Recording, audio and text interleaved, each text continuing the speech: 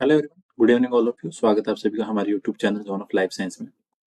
तो अपन ने जो आपकी सीरीज स्टार्ट कर रखी है थ्योरी वाले पोर्शन की, ह्यूमन फिजियोलॉजी की, उसमें अपन ने आपके एंडोक्राइन और डाइजेस्टिव सिस्टम कंप्लीट कर लिया था और अभी अपन चला रहे हैं आपका जो आपके सर्कुलेटरी सिस्टम है उसका सेशन अभी कंटिन्यू है आपके। तो सर्कुलेटरी सिस्टम में अपन ने बेसिक वाली बातें सारी कवर कर ली थी, ब्लड की कंपोजिशन वगैरह बेसिक पूरा आपके कर लिया था।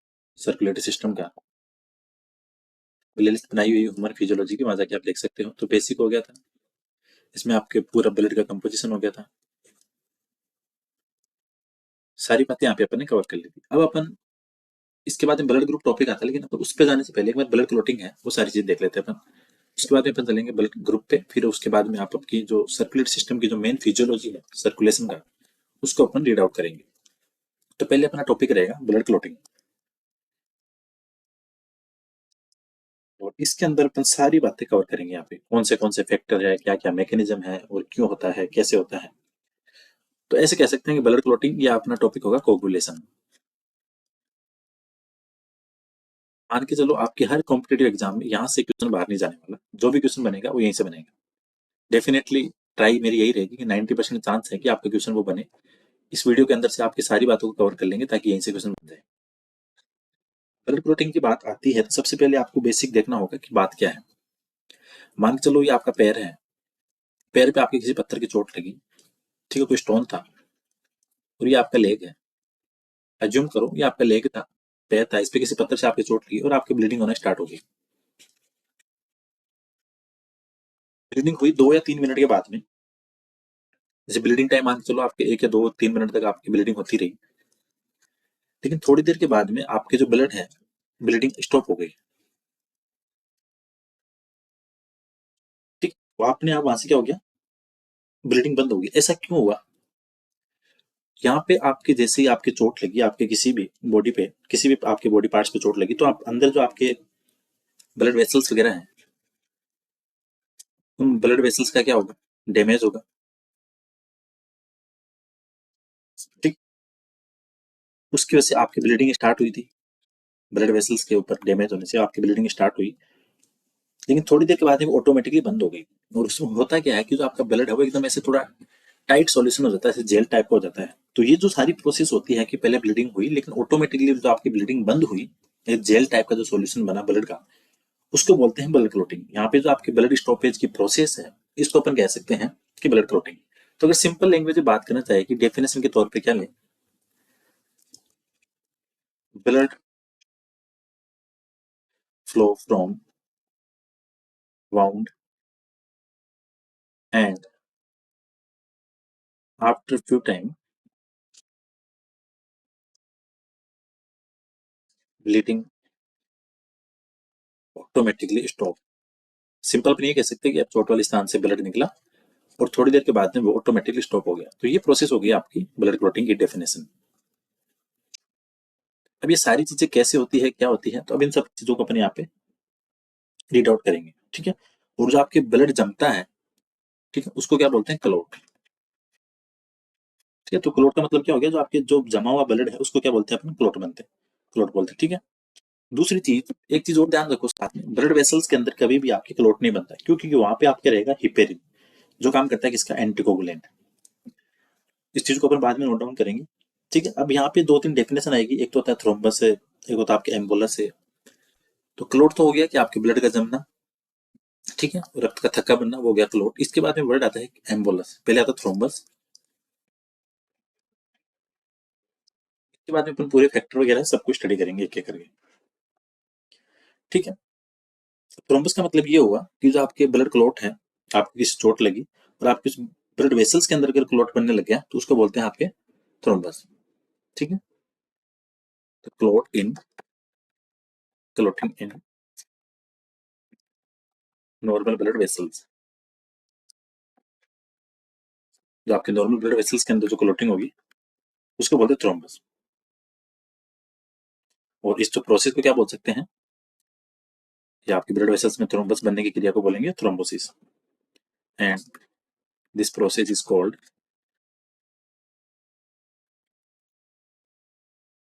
थ्रोम्बोसिस।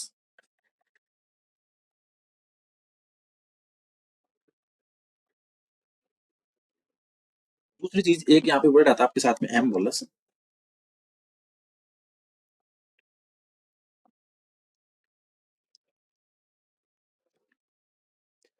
इसके अंदर क्या होगा, जैसे आपके जो क्लॉट बना है वो अगर आपकी जो वेसल्स वगैरह के अंदर फंस के आपके जो ब्लड सर्कुलेशन को बंद कर देता है, जिसको बोलते हैं एम्बोलिज्म, तो इसका मतलब ये हो गया when clot move in blood and stop the blood circulation.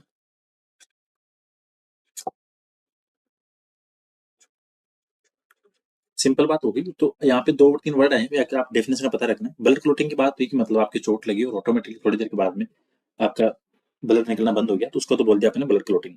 उसके बाद में एक नया नाम आया थ्रोम्बस। थ्रोम्बस का मतलब हुआ आपके जो ब्लड वेसल्स हैं वहां पे आपके जो क्लोट बना, ठीक, नॉर्मल जो आपके वेसल्स वगैरह हैं उसमें क्लोट बना, और उसको बोलते हैं अपने थ्रोम्बस। इसके बाद में एक नया वर्ड आया आपके एम्बोलस। एक सेकंड, पहले वर्ड आया था आपके थ्रोम्बस। इनको ध्यान रखना, यहाँ से क्वेश्चन बनते हैं छोटे छोटे कि थ्रोम्बस क्या है, एम्बोलस क्या है। तो थ्रोम्बस आपके ब्लड वेसल्स के अंदर जो क्लोट है उसको, और एम्बोलस बोलेंगे जब आपका ब्लड क्लोट है वो ब्लड के साथ मूव करने लग जाए और आपके ब्लड सर्कुलेशन सिस्टम को क्या करेगा, स्टॉप करेगा। उस कंडीशन के अंदर क्या हो सकती है, डेथ हो जाती है, और इस प्रोसेस को बोलते हैं एम्बोलिज्म। क्या कहलाएगी, एम्बोलिज्म। ठीक है, तो ये बातें हो गई इसकी। अब आपके ब्लड क्लोटिंग की प्रोसेस पढ़ने से पहले कि ये चल कैसे रहा है, ये हो कैसे रहा है, तो उससे पहले आपने को ये पता होना चाहिए कि ऐसी कौन से फैक्टर हैं जो आपके ब्लड को चोट के बाद में वहां रोकेंगे उनको कि ब्लड रुकना बंद हो जाए, ऐसी कौन सी प्रोसेस के तहत होंगे। उसके लिए रिस्पॉन्सिबल होते हैं कुछ फैक्टर। तो अभी अपन देखते हैं कि ब्लड क्लोटिंग फैक्टर कौन से होते हैं। तो पहले टॉपिक आएगा अपना ब्लड क्लोटिंग फैक्टर। ठीक है, इंपॉर्टेंट की बात करें तो आपके मेनली होते हैं आपके 13 आपके ब्लड क्लोटिंग फैक्टर है। तो मेनली कितने हो गए आपके, 13 आपके फैक्टर हैं। अभी इनके नाम देख लेते हैं एक बार, फिर उन नाम को डिटेल में अपन स्टडी करेंगे। तो पहले एक बार मैं आपके 13 जो नाम है उनको लिख देता हूँ एक बार, जो ब्लड क्लोटिंग फैक्टर है, फिर उसके बाद में उनकी स्टडी करेंगे। देखो पहला आता है आपके फाइब्रिनोजन। तो आपने अगर ब्लड की कंपोजिशन पढ़ी है, बेसिक वाला पार्ट पढ़ा है, तो वहाँ पे आपको प्लाज्मा के अंदर आपके प्रोटीन वगैरह हैं, फाइब्रिनोजन वगैरह, वो सारी वहाँ पे दिखेगी। तो इससे पहले एक बार उस पार्ट को देख लेना।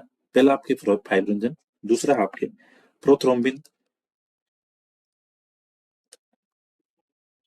थर्ड आपके थ्रोम्बोप्लास्टिन,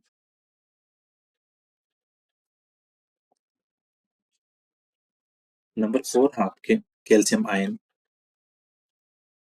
नंबर 5 आपके प्रो एक्सिलरिन,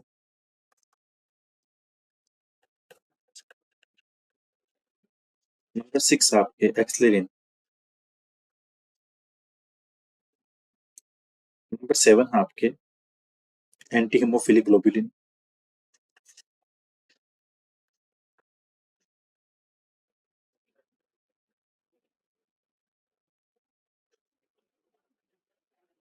नंबर 8 पे आपके Christmas factor, sorry,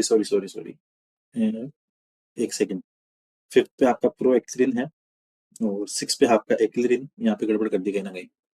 first fibrinogen, second prothrombin, third आपका थ्रोम्बोप्लास्टिन, नंबर 4 आपका कैल्शियम आयन, फिफ्थ आपका प्रो एक्लिरिन, 6 आपका एक्सिलिन, 7 रह गया आपका। 7 ये नहीं है, एक सेकंड,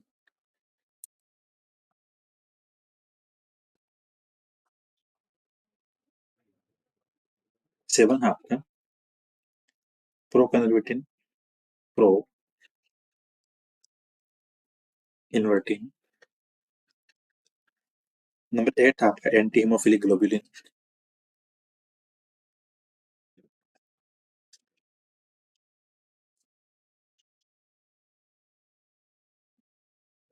नंबर 9 आपका Christmas factor, Christmas factor, number 10 आपका स्टुअर्ट फैक्टर,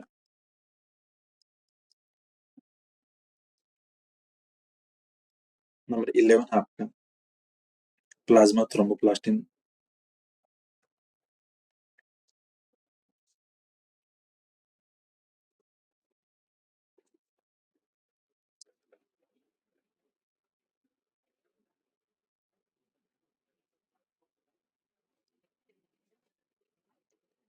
सेंड। नंबर 12 है आपका फैक्टर 12, इसको बोलते हैं हैगमैन फैक्टर, दोनों नाम है इसके। तो इसको फैक्टर 11 बोलो, 12 बोलो, या फिर इसको हैगमैन फैक्टर बोलो।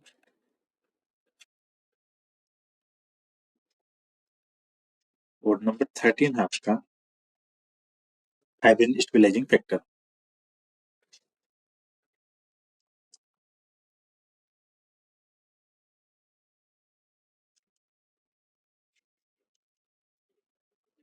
Hybrid stabilising factor. तो ये बातें थी आपकी, आपकी ये 12 फैक्टर हो गए। अब इन फैक्टर को एक एक करके अपन थोड़ा स्टडी कर लेते हैं कि कौन सा फैक्टर क्या है। तो पहला फैक्टर अपन नाम आया था आपके सामने, फैक्टर फर्स्ट। आपको नाम ध्यान रखना है फैक्टर फर्स्ट, और इसका नाम है फाइब्रिनोजन।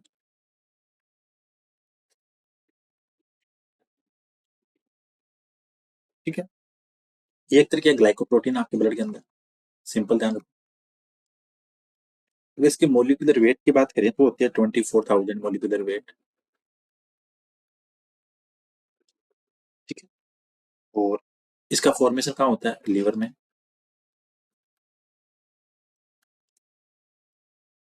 और प्लाज्मा में ये सोल्यूबल है।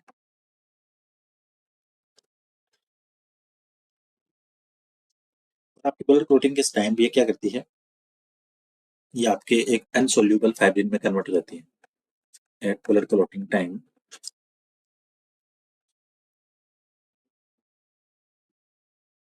At blood clotting time convert in insoluble fibrin. तो पहले फाइब्रिन था, लेकिन आपके ब्लड क्लॉटिंग के टाइम पे किस में बदलेगी, फाइब्रिन में। तो ये बातें आपके पहले फैक्टर है। तो ग्लाइकोप्रोटीन है, मोलिकुलर वेट इसका ध्यान रखना है, और सबसे इंपॉर्टेंट है आपको ये पता हो कि इसका फॉर्मेशन का होना है। तो फॉर्मेशन हो रहा है आपके लीवर के अंदर। सेकंड पे चलते हैं आपके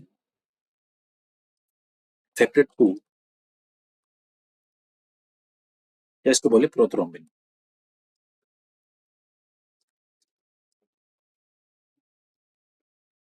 ठीक है, ये भी एक तरीके है आपके present in plasma.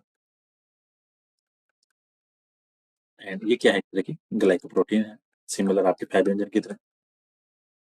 Formation liver में इसका भी।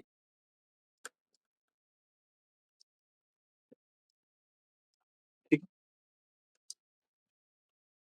फॉर्मेशन इसका लीवर में होगा, बट ये इसको क्या कैल्शियम पोटेशियम की रिक्वायरमेंट होती है। ठीक है, दूसरी चीज, ब्लड क्लॉटिंग के टाइम पे ये क्या होगा, जो आपके थ्रोम्बिन है वो आपके एक्टिवेटर से थ्रोम्बोप्लास्टिन की प्रेजेंस के अंदर ही आपका थ्रोम्बिन के अंदर कन्वर्ट हो जाएगा। तो at blood clotting time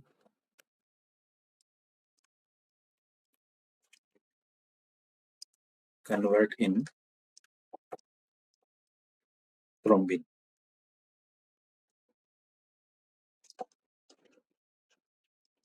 simple ध्यान रखना है, जैसे आपका प्रोथ्रोम्बिन है, प्रोथ्रोम्बिन, और ये किसकी प्रेजेंस में जाएगा, ये आपके थ्रोम्बोप्लास्टिन की प्रेजेंस में कन्वर्ट हो जाएगा आपके थ्रोम्बिन में। तो ये आपको ध्यान रखना है, ब्लड क्लॉटिंग के टाइम पे प्रोथ्रोम्बिन आपका किस में रहेगा, एक्टिव होकर थ्रोम्बिन में चला जाएगा। और इसका मोलिकुलर वेट होगा आपके 33,000। नंबर थर्ड की बात करें, फैक्टर थर्ड, ये इसको बोल रहे हैं थ्रोम्बोप्लास्टिन। आपको इन सब के फैक्टर का नाम पता होना चाहिए, ऐसे नहीं कि एक दो तीन चार याद रखें, इनका आगे का जो नाम है मेन फैक्टर को ध्यान रखें। थ्रोम्बोप्लास्टिन है, ठीक है, ये एक तरह की लिपोप्रोटीन है, ना कि ग्लाइकोप्रोटीन।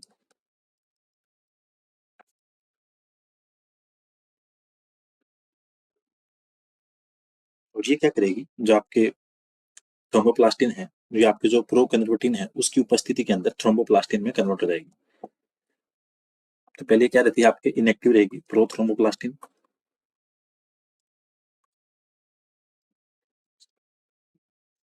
लेकिन प्रो कन्वर्टिन के प्रेजेंस में एक्टिव थ्रोम्बोप्लास्टिन में कन्वर्ट हो जाएगी। ये बात थी आपके नंबर थर्ड फैक्टर की। नंबर फोर्थ फैक्टर की बात करें, factor 4, calcium ion.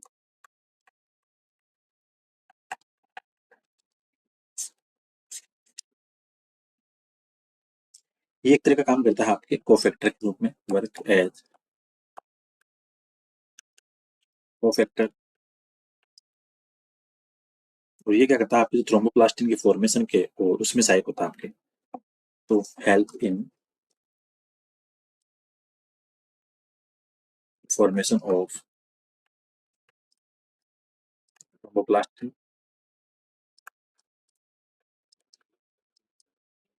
And also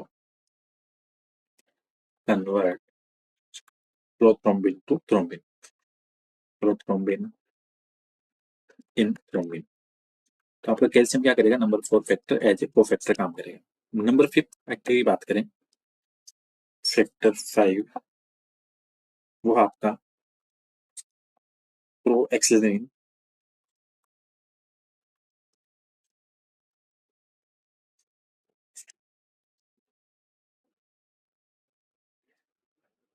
ये क्या है, आपके टेम्परेचर के ऊपर अस्थिर रहता है, तो इसको बोलते हैं थर्मोलेबाइल सब्सटेंस।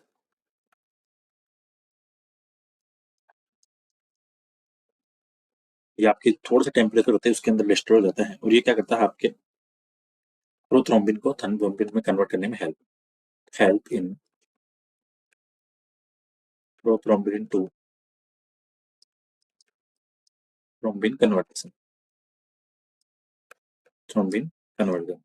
तो आपके प्रोथ्रोम्बिन को थ्रोम्बिन के अंदर कन्वर्ट करेगा। नंबर 6 फैक्टर की बात करें तो वो आता है आपके एक्सिलिन, फैक्टर 6।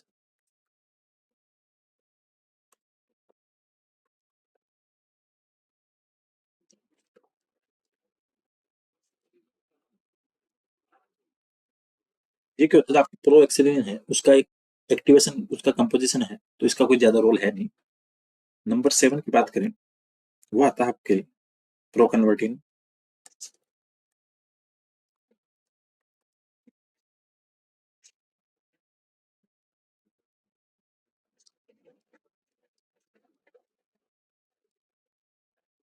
ये प्लाज्मा प्रोटीन है। प्लाज्मा प्रोटीन का फॉर्मेशन लीवर में होता है, हमेशा ध्यान रखना। और मोलिकुलर वेट 60,000। इसके फॉर्मेशन है तो आपको विटामिन के चाहिए।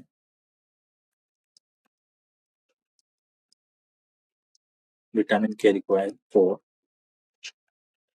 Pro convertin formation.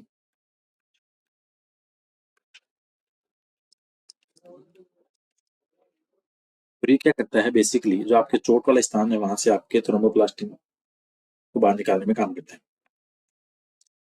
सो इसका फंक्शन माने के चले क्या करेगा, help in removal of thromboplastin from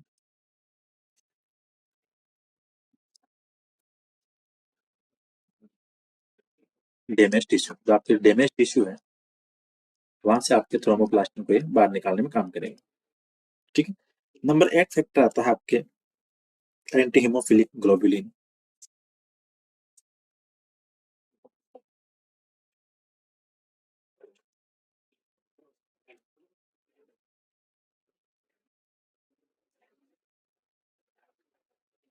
anti haemophilic globulin glycoprotein है। मोलिकुलर वेट आपके 11 लाख है इसका। ठीक है।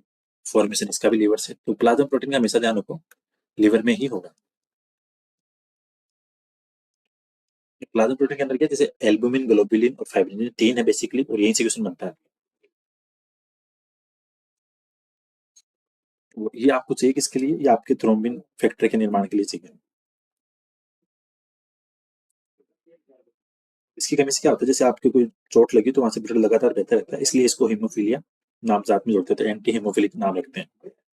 सो help in prothrombin formation.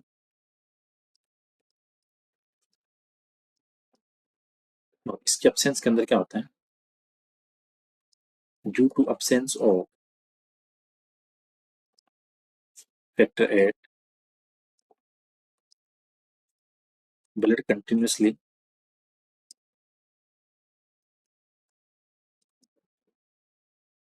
Flow from wound. आपके घाव से आपका जो ब्लड है वो कंटिन्यू बहता रहेगा। तो ये ध्यान रखना, अगर आपके फैक्टर 8 की कमी है तो उस कंडीशन के अंदर क्या, आपकी जो चोट लगी है वहां से ब्लड आपकी लगातार बहता रहेगा। नंबर 9 आता है आपके क्रिसमस फैक्टर।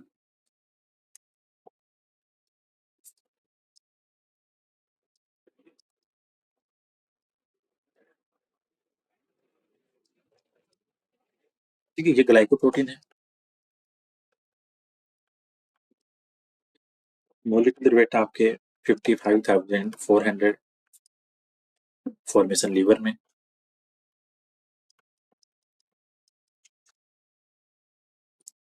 और इसके फॉर्मेशन के लिए विटामिन के चाहिए, विटामिन के रिक्वायर फॉर फॉर्मेशन।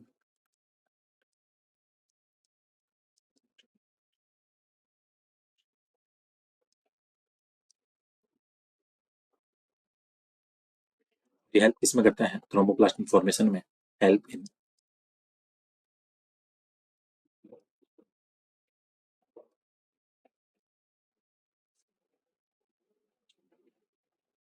थ्रोम्बोप्लास्ट के फॉर्मेशन में हेल्प करता है। और इसको प्लेटलेट फैक्टर आपके सेकंड और ऑटोप्रोथ्रोम्बिन फैक्टर भी कहते हैं, तो ये आपको ध्यान रखना है। आल्सो नोन एज, जो आपका फैक्टर 9 है, आल्सो नोन एज प्लेटलेट और फैक्टर 2 या आपके ऑटोथ्रोम्बिन फैक्टर 2।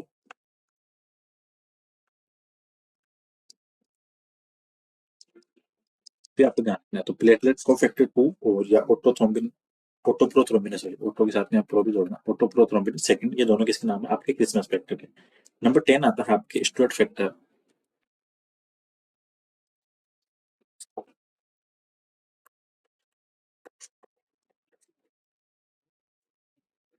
ग्लाइकोप्रोटीन है और विटामिन के की प्रेजेंस के अंदर लिवर में फॉर्मेशन होगा। विटामिन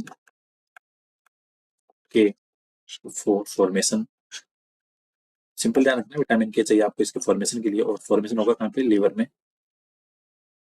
ठीक है।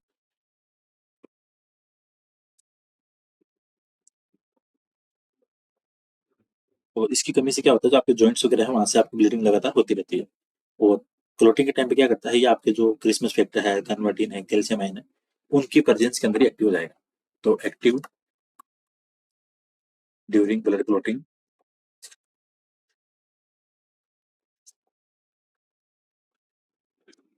इन presence of Christmas factor, convertin,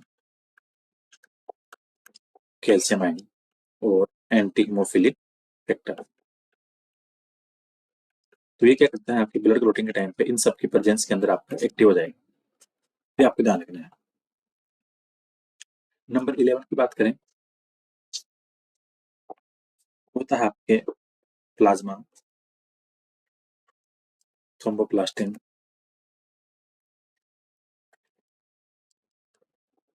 and मतलब पूर्ववर्ती पहले। ग्लाइकोप्रोटीन है, formation in liver, molecular weight होगा आपका 1,60,000। Help in thrombin formation,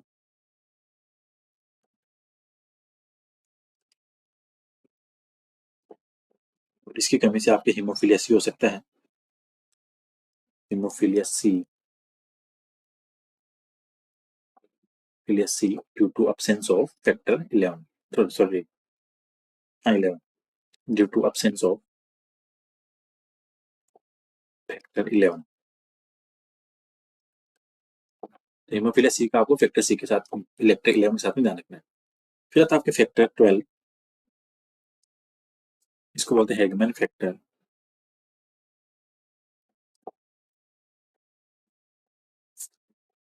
glycoprotein, liver में फॉर्मेशन, मॉलिक्यूलर वेट 90,000। ठीक है। और इसे सरफेस कॉन्टेक्ट फैक्टर भी कहते हैं, आल्सो नोन है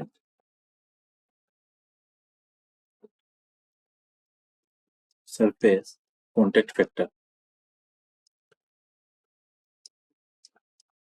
ठीक है। और ये क्या करता है आपके, बेसिकली प्रोथ्रोम्बिन की हेल्प करता है फॉर्मेशन में।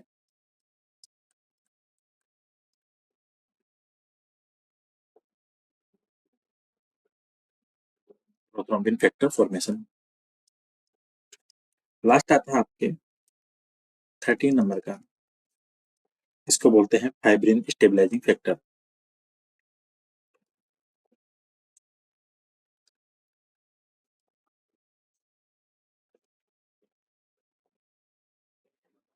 ग्लाइकोप्रोटीन है, लीवर फॉर्मेशन, मोलिकुलर वेट इसका 3,20,000। और ये क्या करता है, help in conversion of soluble fibrin to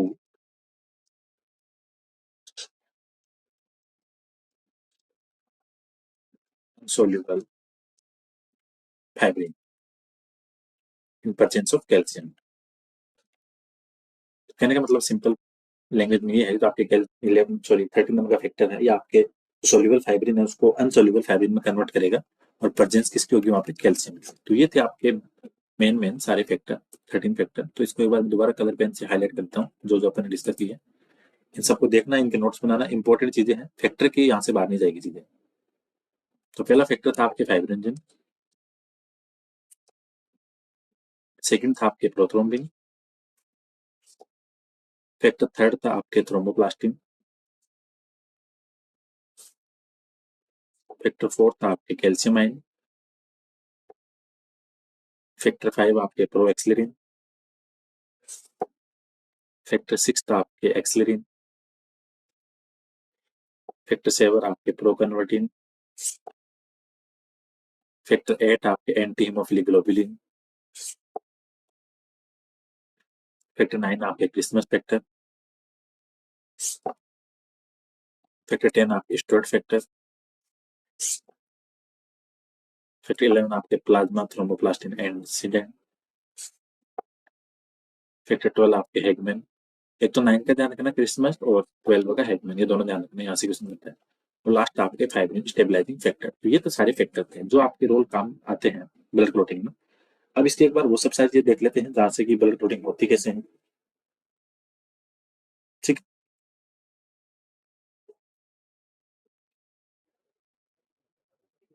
बातें करते हैं आपकी जो ब्लड क्लॉटिंग की मैकेनिज्म, उसकी जो मेन टॉपिक है अपना। तो mechanism of blood clotting,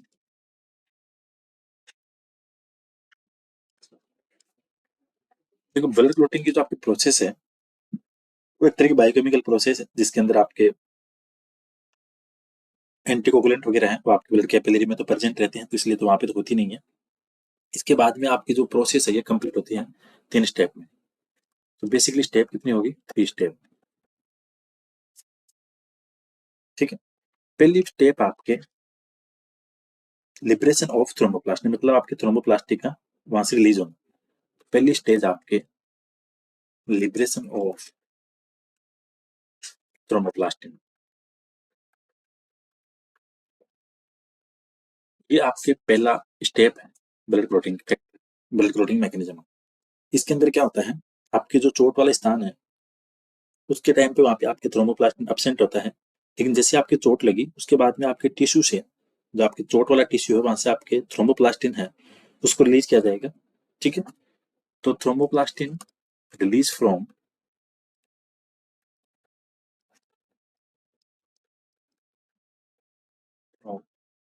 damage tissue, जो आपके चोट वाला टिश्यू है, वहां से आपके थ्रोम्बोप्लास्टिन को रिलीज किया जाएगा।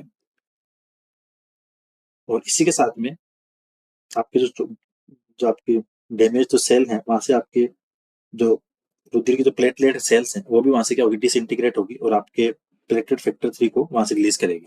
तो थ्रोम्बोप्लास्टिन रिलीज होगा एक तो, और आपका platelet factor 3 also release from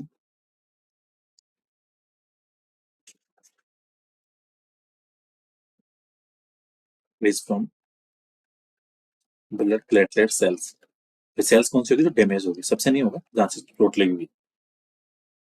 इसके बाद में क्या होगा, ये जो सारे पदार्थ आपके जो प्लाज्मा में कैल्शियम है, उन प्लाज्मा प्रोटीन के साथ में अटैच होकर प्रोथ्रोम्बिन नामक एंजाइम बनेगी। सो ऑल दीज सब्सटेंस, ये सारे के सारे जो अभी अपन देखे हैं, substance attach with calcium and plasma protein, plasma protein और कैल्शियम के साथ मिलकर क्या करेंगे, formation of prothrombinase enzyme, prothrombinase enzyme, जो आपके प्रोथ्रोम्बिनेज एंजाइम है उसका फॉर्मेशन होगा। तो सिंपल समझो, पहले आपका रिलीज होगा थ्रोम्बोप्लास्टिन, जहां से चोट लगी वहां से निकलेगा, उसके बाद प्लेटलेट फैक्टर थर्ड है वो भी वहां से निकलेगा, और ये सारे के सारे निकल के आपके प्लाज्मा प्रोटीन के साथ मिलकर आपके प्रोथ्रोम्बिन एंजाइम का फॉर्मेशन करेंगे। सेकंड आएगा फिर आपका conversion of prothrombin to thrombin. Second step है conversion of prothrombin to thrombin, तो आपके प्रोथ्रोम्बिन है उसको थ्रोम्बिन में कन्वर्ट करेंगे, सेकंड स्टेज है, सेकंड स्टेप है सॉरी। ठीक है, इसके अंदर क्या होता है, आपके जो ब्लड है, ब्लड प्लाज्मा, उसके अंदर प्रोथ्रोम्बिन आपको इनएक्टिव रहता है, जो आपके फर्स्ट स्टेप से आ रही है। उसके बाद में क्या होगा, जो आपके प्रोथ्रोम्बिन एंजाइम है और कैल्शियम आयन के साथ मिलके ये एक्टिव हो जाएगी। तो ऐसे समझो, इनएक्टिव प्रोथ्रोम्बिन है, ये अभी इनएक्टिव है। इसके बाद में आपका जो एंजाइम है, एक तो प्रोथ्रोम्बिनेज और कैल्शियम, इसके साथ में कन्वर्ट किसके अंदर हो जाएगा, आपके एक्टिव थ्रोम्बिन। तो ये थी आपकी सेकंड स्टेज। सिंपल सा आपको समझना है, फर्स्ट स्टेज पे जो आपके प्रोथ्रोम्बिन आ रहा था वो इनएक्टिव था, लेकिन प्रोथ्रोम्बिनेज और कैल्शियम आयन के साथ में ये कन्वर्ट हो जाएगा आपके एक्टिव थ्रोम्बिन में। थर्ड जो स्टेज आपकी वो हो गया आपके फाइब्रिनोजन को फाइब्रिन में कन्वर्ट करना, conversion of fibrinogen to fibrin.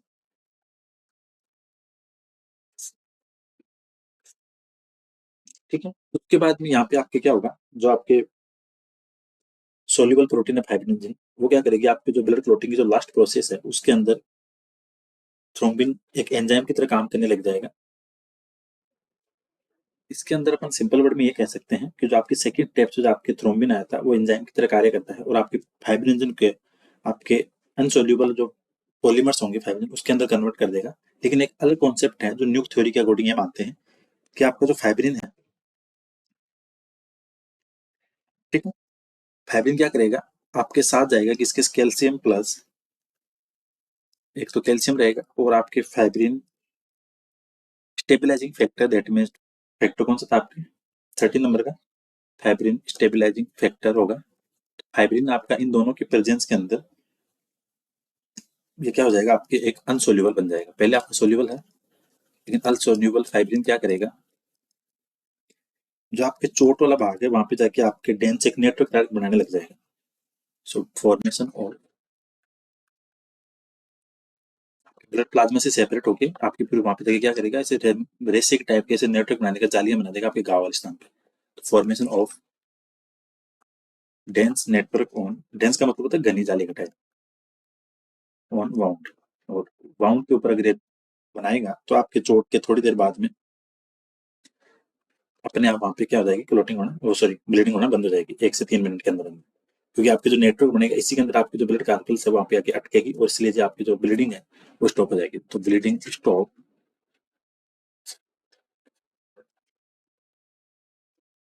With in 1 to 3 minute. तो ब्लड क्लोटिंग का जो बेसिक टाइम मान के चल सकते हो वो कितना होता है आपके 1 से 3 मिनट का। तो ये सारी बातें हैं आपके ब्लड क्लोटिंग को लेकर। और अगर इसको चार्ट से द्वारा समझाना चाहें, जो अभी तक अपने बातें पढ़ी हैं उसको अपन उससे भी डिनोट कर सकते हैं।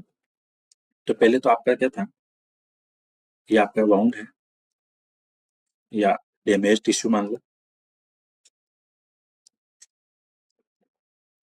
ठीक है, यहाँ से आपका थ्रोम्बोप्लास्टिन बना, रिलीज हुआ, और इधर अपन ने बताया था कि आपके ब्लड फैक्टर 3 है उसका भी रिलीज हो रहा था। सो डिस इंटीग्रेट और प्लेटलेट्स, ब्लड प्लेटलेट्स, अगर ब्लड प्लेटलेट्स का इंटीग्रेट होगा डिसइंटीग्रेट, वहां से वो वियोजन होगा तो आपकी ब्लड प्लेटलेट 3 रिलीज होगा, प्लेटलेट फैक्टर 3, इधर से आपका थ्रोम्बोप्लास्टिन है और इधर से आपका प्लेटलेट फैक्टर 3 आया। ठीक है, ये दोनों क्या करेंगे साथ में आके, और यहाँ पे क्या रहेंगे आपके कैल्शियम आयंस रहेंगे और प्लाज्मा प्रोटीन, इसके बाद में ये कैल्शियम के प्रेजेंस में, और यहाँ पे एंजाइम कौन सा रहेगा, प्रोथ्रोम्बिनेज।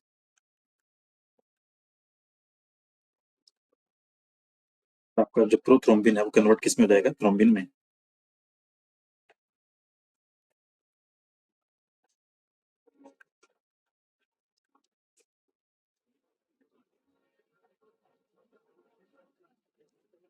कन्वर्ट किस में हो जाएगा, आपके थ्रोम्बिन में।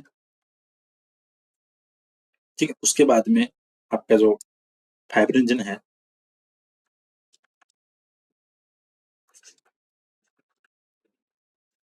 ये आपका यहाँ पे सोल्यूबल है, जो उसके पॉलीमर है। उसके बाद में कन्वर्ट किस में हो जाएगा, आपके फाइब्रिन इनसोल्यूबल। फिर यहाँ पे फैक्टर कौन सा रहेगा, फैक्टर आपके 13 रहेगा साथ में, जो अपन ने थ्योरी में भी पढ़ा है। और उसके बाद में आपके यहाँ पे ब्लड क्लॉटिंग होगी। तो ये सिंपल सा फंडा है आपके ब्लड क्लॉटिंग को लेकर, सारी की सारी बातें। ठीक है, तो सिंपल सी बात में कैसे करें, पहले चोट लगी, वहां से थ्रोम्बोप्लास्टिन निकला और प्लेटलेट फैक्टर 3 निकला, दोनों साथ में आए कैल्शियम के अंदर, कैल्शियम के प्रेजेंस में और प्रोथ्रोम्बिन एंजाइम के द्वारा। तो प्रोथ्रोम्बिन से आपका थ्रोम्बिन बन गया, बात खत्म हो गई। उसके बाद में आपका जो प्रोथ्रोम्बिन है वो थ्रोम्बिन आपके एंजाइम की तरह कार्य करके जो आपके फाइब्रिन है उसको सोल्यूबल से इनसोल्यूबल में कन्वर्ट करेगा फैक्टर 13 की प्रेजेंस के अंदर। और जैसे वो कन्वर्ट करेगा उसके बाद वहां पे एक नेटवर्क सा बन जाएगा, जालियां बन जाएगी, जिससे आपके क्लोटिंग होना बंद हो जाएगी। तो ये फायदा था, आपके बेसिक बेसिक सी बातें थी, आपकी जो काम की चीजें थी वो सारी अपने डिस्कस कर ली। यहाँ से आपको दो चीजें ध्यान रखनी है।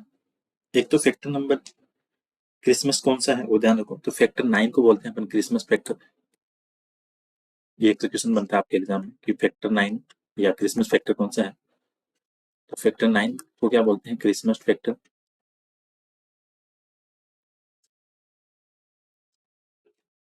12 को क्या बोलेंगे, फैगमैन फैक्टर। ये दोनों ध्यान रखना, यहाँ से क्वेश्चन आपके एग्जाम के अंदर बनता ही बनता है। ये इंपॉर्टेंट चीजें हैं आपकी। और कई बार क्या आता है, आपके हीमोफीलिया जो नाम आता है वो उसका बेनिफिट ऐसे मान सकते हो आपके ब्लड प्रोटीन का। ये जो आपकी चोट लगी,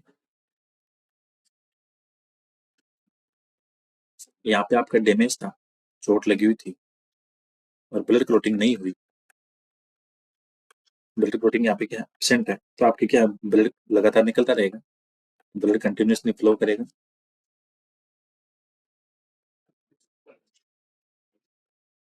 उससे क्या होगा, आपका हीमोफीलिया। तो haemophilia that means blood clotting अगर आपके बंद है तो आपकी डिजीज कौन सी होगी, हीमोफीलिया। ठीक है, तो ये बातें थी आपकी इंपॉर्टेंट इंपॉर्टेंट, जो अपन ने सारी बातें कवर कर ली। ठीक है, और आपके जो ब्लड क्लॉटिंग के जिसमें हीमोफीलिया वाले इश्यू होते हैं, तो वहाँ पे जो आपको इंजेक्ट करवाई जाती है इसको रोकने के लिए, तो वो क्या दी जाती है, एंटी AHG, ये भी ध्यान रखना, एंटी हीमोफिलिक ग्लोबुलिन।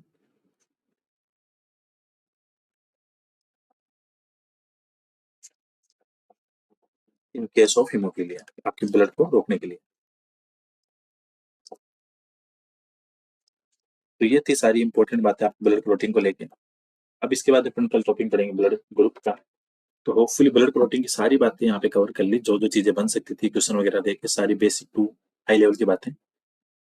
ठीक है, डेफिनेशन वगैरह, सिंपल डिफरेंस वगैरह, फैक्टर्स वगैरह, डिटेल वगैरह। तो होपफुली सेशन आपके लिए इंपॉर्टेंट रहने वाला है। तो वीडियो को शेयर करना एंड लाइक करना। So thank you so much for watching this video, मिलते हैं नेक्स्ट क्लास में।